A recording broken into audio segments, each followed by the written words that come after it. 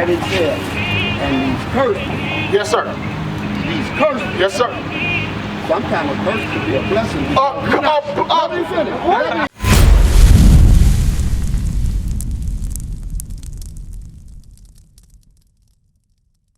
And it says, and these curses.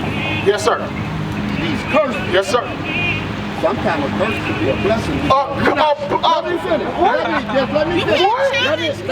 Let me what? Give me Isaiah 5 and 20. Give me Isaiah 5. Hold that, but give me Isaiah 5 and 20. Yeah, go ahead, bro. I'm gonna let you talk, because the people are amazed at what you're saying. You're an astonishment. You're an astonishment. Go ahead. Because I believe. Go ahead. All that word I told you. All right, go ahead. You said that we don't hold all the commandments. You tell me one person, including anybody out there that do it. Hold on. That's false, sis. That's false. Now, you see how he runs? He makes a point, and then he runs off. Give me the Isaiah 5 and 20. Read that. Isaiah chapter 5 and verse 20. Woe unto them that call evil good. He said, God said, destruction to the man that calls evil good. This brother said a curse can be a good thing. How the hell can a curse be a good thing? Is our brothers getting shot in the street a good thing? Is George Floyd getting his neck smashed a good thing? Right. Is our sisters being baby mamas and thoughts and twerking in all these damn videos, is that a good thing? Right. Hell no, those are curses.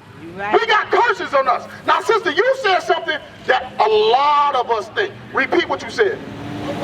You said that can't nobody be perfect. Nobody can be perfect. According to your understanding, that's good. I'm glad you started like that. Go ahead. Give me Matthew 5. You can drop on it. Jesus, I want y'all to listen to what the sister said, because she said nobody can be perfect. Read that. Nobody can be. In the word, it says that God was. That God was, that Jesus was. Jesus is absolutely perfect. What made him perfect? He died for us. No, he was able to die for us because he was perfect. But we have imperfections. We do have imperfections. Okay. I should have but we supposed to have corrective action. Okay, so listen. You said a lot. But the man that you quoted, the man that you brought up, Jesus Christ, he gave us all a commandment. Remember, he said if you don't do all of the commandments, then these curses are going to come upon you. Right, it's curses, it's consequences, you're right. So I'm going to read you a commandment that Christ gave us. Read that. Come on, man. 5 and 48. 5 and 48. Matthew 5 and 48. Because a lot of the, I'm going to tell you right now, that doctrine that nobody can be perfect came from the Christian church. Right. Which then when you tell me I can't be perfect, I don't strive for it. I don't strive for it, so I say I'm just going to break all the commandments. I couldn't be perfect anyways, so I'm just going to break the commandments. Read that. Listen to this. Matthew chapter 5 and verse 48. Be ye therefore perfect, even as your Father which is in heaven is perfect. This is what Christ told us. Christ said be perfect. So when somebody tell you, hey man, nobody can be perfect, you need to get away from that person. But what is going to make you perfect? What is going to make you perfect? Give me that Psalm 19 and 7. To be childlike? Now foolishness is bound in the heart of a child, bro. Foolishness is bound. So we can't be childlike. We gotta be Christ-like. Unless you become like a little child, I'll give that to you. But I'll give that to you. I understand where you're coming from. Read that. Psalm chapter 19 verse 7. The law of the Lord is perfect. The law of the Lord is perfect. God's law is perfect.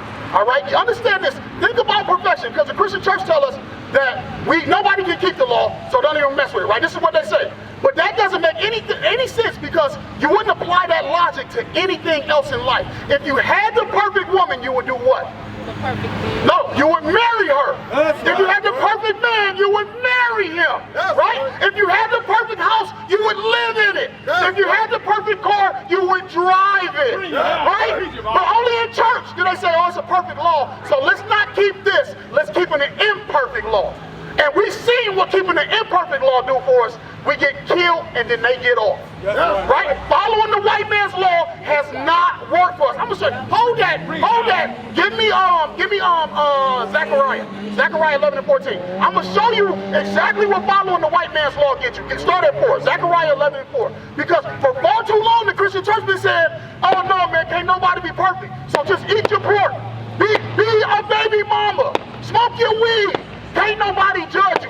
And then off of us not judging each other, our communities have went down and down and down and down. Now people talk bad about the city of Detroit, and then we get offended. But we did it to ourselves because we're not judging.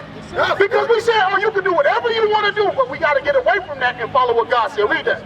This is what following the white man's law gets you. Read. Zechariah chapter 11 verse 4. Thus saith the Lord, my God, feed the flock of thy slaughter. He said, feed the flock of the slaughter. This is what God commanded us to come out and do. Feed the flock of the slaughter. Read. Whose possessors slay them. He says, their possessors slay them. Read. And hold themselves not guilty. They possess, the people that possess my people, kill them, slaughter them, murder them, and then turn around and hold themselves not guilty. What other people on the planet besides the blacks, Hispanics, and Native Americans deal with this issue? If you killed a white man, would you get off? Hell no. You're going to jail. And you're not getting out. Even if you are a police officer and you kill a white person, you are going to jail. Right? But when they kill us, the jury always comes back with one verdict. Not guilty. I'm going to tell you right now, I'm still waiting on some BS to happen with this George Floyd stuff. I'm still waiting. Because that was crazy. But you see, because they caught it on tape, even though they've had other murders caught on tape, they just really couldn't. There was nothing they could do in this situation because they understood it would just cause another riot. So they had to do something to this dude. But nonetheless, God says that God clearly points out that our possessors slay us and hold us not guilty. This is one of the curses of the Bible. This is what we only deal with. Go ahead, sis. Ask your question. I got a question. But in the Bible, he talk about the laws of the land, right? Okay. And we're supposed to respect. Follow the laws of the land, absolutely. You know But that don't. But just because you follow the laws of the land, like one of the laws of the land is that people can be homosexual, right? Okay, y'all do your thing, but I'm gonna follow the Bible where it say you cannot be homosexual. So I respect your law. Y'all do your thing. I'm not gonna beat nobody up. I'm not gonna kill nobody over it. I'm not gonna hate nobody over it, right? But what I'm gonna do myself and I'm gonna teach my family, we're gonna follow the laws of God. Right. So if any time the laws of the land conflict with the laws of God, I'm always gonna stand on God's side. Always gonna stand on God's side.